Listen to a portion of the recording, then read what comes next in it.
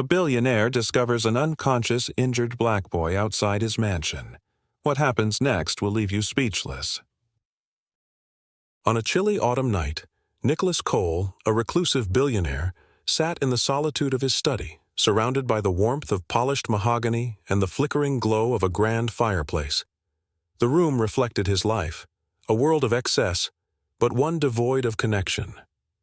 Over the years, Nicholas had traded companionship for power, his empire built on cold, calculated decisions. He spent his evenings in this fortress of a mansion, far removed from the bustling city where his name was synonymous with wealth. Nicholas had just poured himself a glass of scotch, savoring the stillness, when the silence was broken by a sharp buzz. His security alarm blared. A motion detector triggered at the estate's front gate. He frowned, setting his glass down with a soft clink against the marble side table. It was rare for anyone to approach his estate uninvited, especially at this late hour. The only visitors who dared usually came in black cars with tinted windows, their intentions as shrouded as their vehicles. "Frank, what's going on?" Nicholas called through the intercom, addressing his head of security. A moment later, Frank's gruff voice crackled back. "Sir, there's someone outside the gate. Looks like a kid." Nicholas's brow furrowed. "A kid? At this hour? Doing what?" Frank hesitated. "I don't know. He's not moving much. Could be hurt." Nicholas rose from his leather armchair and strode toward the security monitors mounted discreetly in the corner of the room. He tapped the controls, and the camera feed from the front gate blinked onto the screen. There, under the dim yellow light of the street lamp, lay a small figure crumpled against the massive iron gate. His torn clothes clung to his frail frame, and his dark skin bore streaks of dirt and what appeared to be blood. Nicholas squinted, the sight pulling something from deep within, a feeling he hadn't allowed himself to confront in years. "Bring him inside," Nicholas said firmly, his voice carrying a rare urgency. "Sir, Frank began, his hesitation evident. "He's injured, Frank," Nicholas interrupted. "Get him now." Frank responded with a curt, "On it," and a minute later, Nicholas watched on the monitors as Frank approached the boy cautiously. Bending down, the guard lifted the child with surprising care and carried him toward the mansion. Nicholas waited in the grand foyer, his arms crossed tightly as the heavy oak doors swung open. Frank entered, cradling the boy in his arms. Up close, the child's condition was worse than Nicholas had imagined.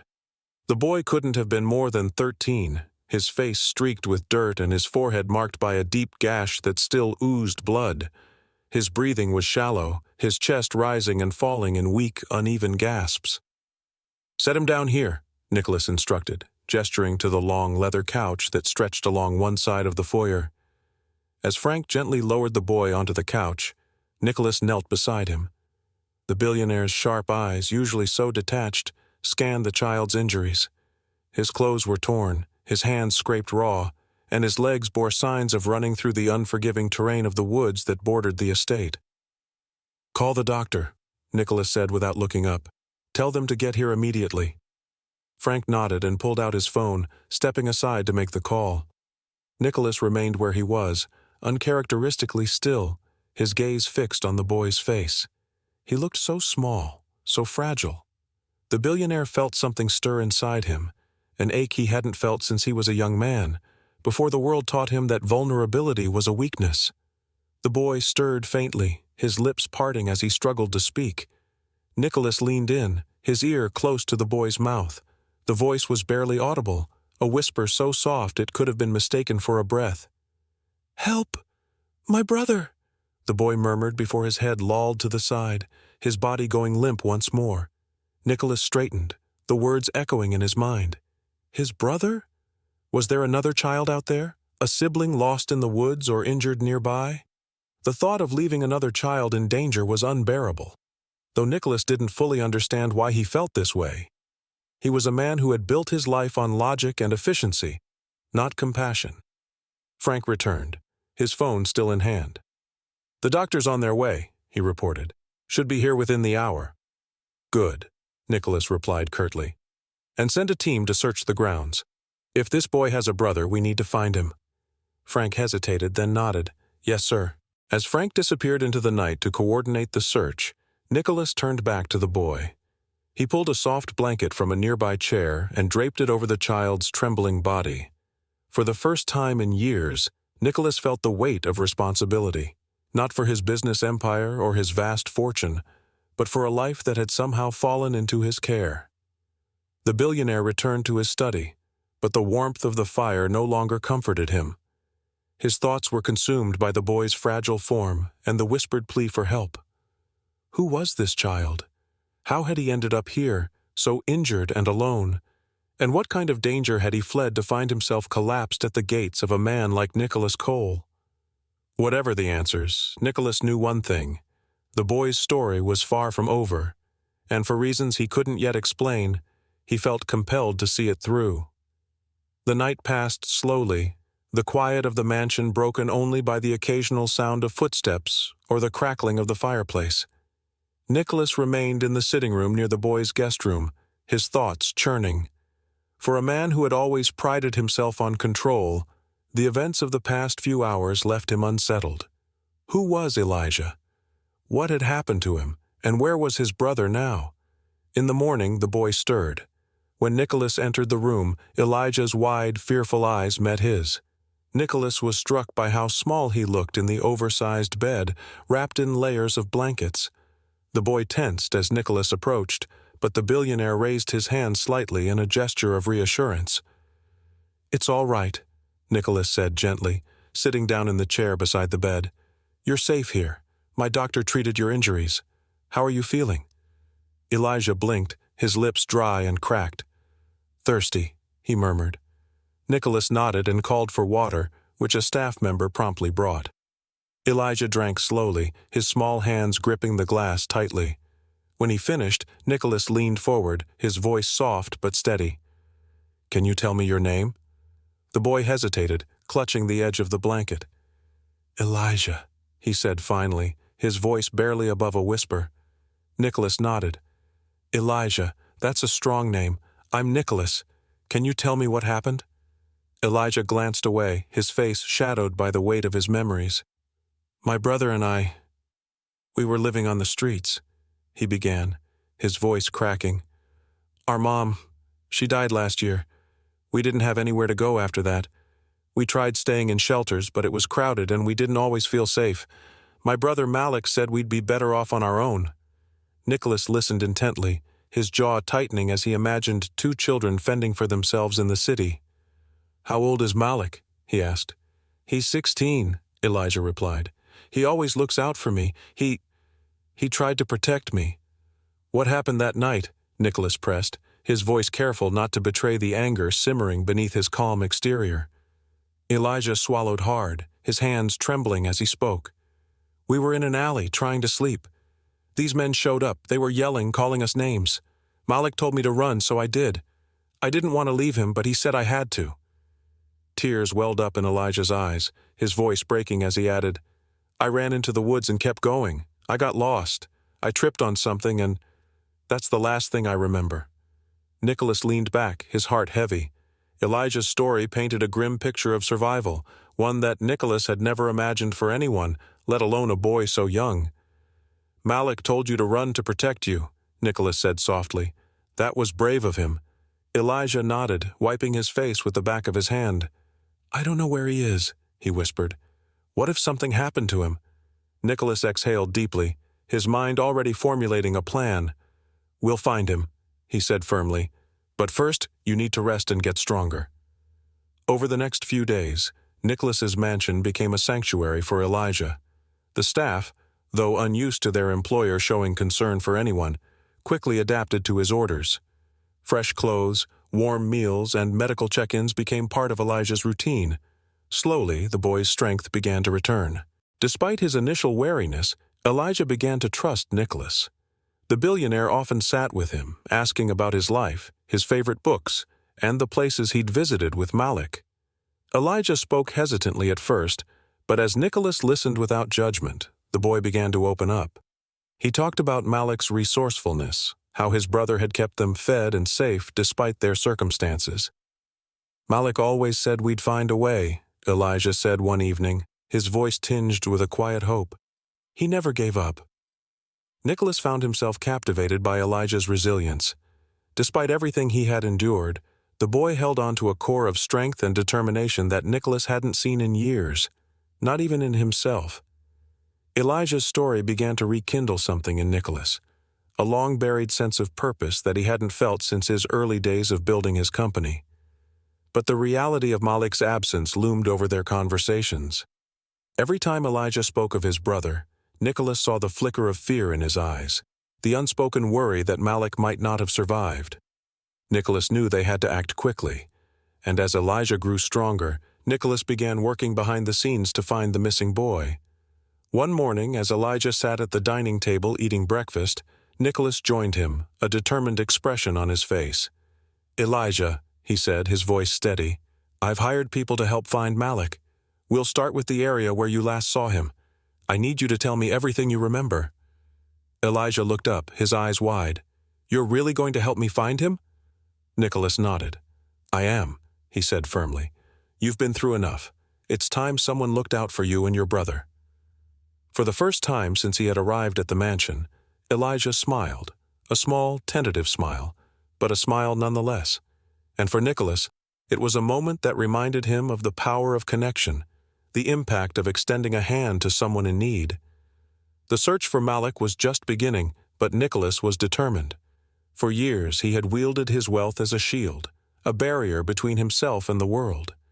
Now, for the first time, he was using it for something more, for a boy who had shown him the strength it took to keep going, even when everything seemed lost. Nicholas sat quietly in the back seat of his luxury car as it sped toward the shelter where David had been located. Beside him, Elijah clutched his hands tightly in his lap, his knuckles white. The boy's silence was heavy with anticipation, his wide eyes fixed on the passing city streets. Nicholas glanced at him, seeing the tension etched in every line of his young face. "We'll find him," Nicholas said softly, his voice breaking the quiet. Elijah nodded, but he didn't look up. "I just want him to be okay," he whispered, barely audible over the hum of the car's engine. When they arrived at the shelter, Nicholas was struck by the state of the place, the cracked windows, peeling paint, and a line of weary individuals waiting for a hot meal told the story of desperation and neglect. This was a world Nicholas had never entered, despite his wealth and resources. He had built his empire in the comfort of boardrooms and mansions, miles away from the suffering that unfolded here every day. The shelter manager, a kind but overworked man named Mr. Clark, greeted them at the door. "You're here for David?" he asked, his expression a mix of relief and concern. "He's in the back room. He's not in great shape." Elijah's feet carried him forward before anyone could respond, his small frame moving with a determination that belied his years. Nicholas followed closely, his heart heavy with apprehension. In the back room, David lay on a thin cot, his skin pale and his chest rising and falling with labored breaths. A damp cloth rested on his forehead, and an old blanket was draped over his shivering body. Elijah froze in the doorway, his breath catching as he took in the sight of his brother. Then, without hesitation, he rushed to the bedside and dropped to his knees. "David!" Elijah cried, his voice breaking as he grabbed his brother's hand. "It's me! I'm here!" David's eyes fluttered open, his gaze unfocused. He blinked several times before recognition dawned, and a weak smile spread across his face. "Eli," he rasped, his voice barely audible. "You came back." Tears streamed down Elijah's face as he nodded. "I told you I would," he said, squeezing David's hand tightly. "I promised." Nicholas stood silently in the corner, watching the emotional reunion. A lump formed in his throat as he realized the depth of the bond between these brothers, a bond forged in the crucible of hardship and loss. Despite their struggles, they had held on to each other, refusing to let go even when the odds were stacked against them. Mr. Clark cleared his throat, breaking the moment. "He's been sick for a while," he said quietly, addressing Nicholas. "Pneumonia mostly. We've been doing what we can, but without proper medical care." He trailed off, his expression grim. Nicholas nodded, his mind already racing with solutions. "He needs a hospital," he said. "I'll have him moved to a private facility immediately. He'll get the best care." The shelter manager looked at Nicholas with a mixture of gratitude and surprise. "That would save his life," he said simply. Within the hour, Nicholas had arranged for an ambulance to transport David to a state-of-the-art medical center. Elijah refused to leave his brother's side, riding with him in the ambulance and holding his hand the entire way. Nicholas followed in his car, his mind replaying everything the boys had endured.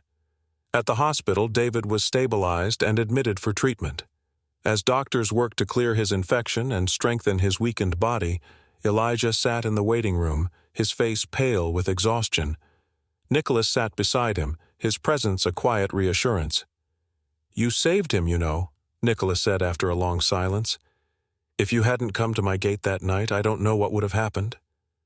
Elijah looked up at Nicholas, his expression a mixture of relief and determination. "I didn't save him yet," he said. "He still needs me." Over the next few days, David began to recover. Though he was still weak, the color returned to his cheeks, and his voice grew stronger. As he regained his strength, he shared more of their story with Nicholas and Elijah. After their mother's death, the boys had been evicted from their apartment when they couldn't pay rent. They had tried to stay together, sleeping in alleys and parks, but the dangers of the streets often forced them apart. David had taken odd jobs when he could find them, but the harsh conditions and constant stress had taken a toll on his health. "I didn't know what else to do," David admitted one evening as Nicholas and Elijah sat by his hospital bed. "I tried to keep us safe, but it felt like the whole world was against us." Nicholas listened intently, guilt pressing heavily on his chest. For years he had lived in a bubble of privilege, blind to the struggles of people like Elijah and David. Their story was a stark reminder of the inequities he had ignored, the lives that went unnoticed in the shadows of his success. "I'm sorry," Nicholas said quietly. "You shouldn't have had to go through that." David met his gaze, his eyes weary but resolute. "It's not your fault," he said, "but it doesn't have to stay like this, for us or for anyone else." Nicholas nodded, a sense of purpose taking root in his heart. He had the means to make a difference, and for the first time in years, he felt compelled to use his wealth for something greater than himself. As the brothers reunited and began to heal, Nicholas knew their journey was far from over, but he was determined to stand by them, to give them the support they needed to rebuild their lives and find hope in a world that had tried to break them. And in doing so, he found something he hadn't known he was searching for: redemption. Nicholas Cole's mansion, once a hollow fortress of wealth and isolation, had transformed into a haven of hope. The weeks following David's recovery saw a profound shift, not just in the lives of the two brothers, but in Nicholas himself. His days were no longer consumed by board meetings or investment portfolios. Instead, they revolved around building a new future for Elijah and David. Elijah thrived in his new environment. Nicholas had enrolled him in a private school, where he quickly excelled in his studies. Though initially overwhelmed by the new setting, Elijah's natural curiosity and resilience shone through. He became known among his classmates as the quiet yet brilliant kid who always had a question ready for the teacher. Nicholas often found Elijah in the study, poring over books or practicing his handwriting. Their conversations by the fire became a nightly ritual, with Elijah eagerly sharing what he had learned at school. "You know, Mr. Cole," Elijah said one evening, his voice steady but full of emotion, "I think I want to be a teacher someday. Someone who can help kids like me, kids who don't think they have a chance." Nicholas, sitting across from him, felt a swell of pride. "You'll be a great teacher," he said, "and you can call me Nicholas."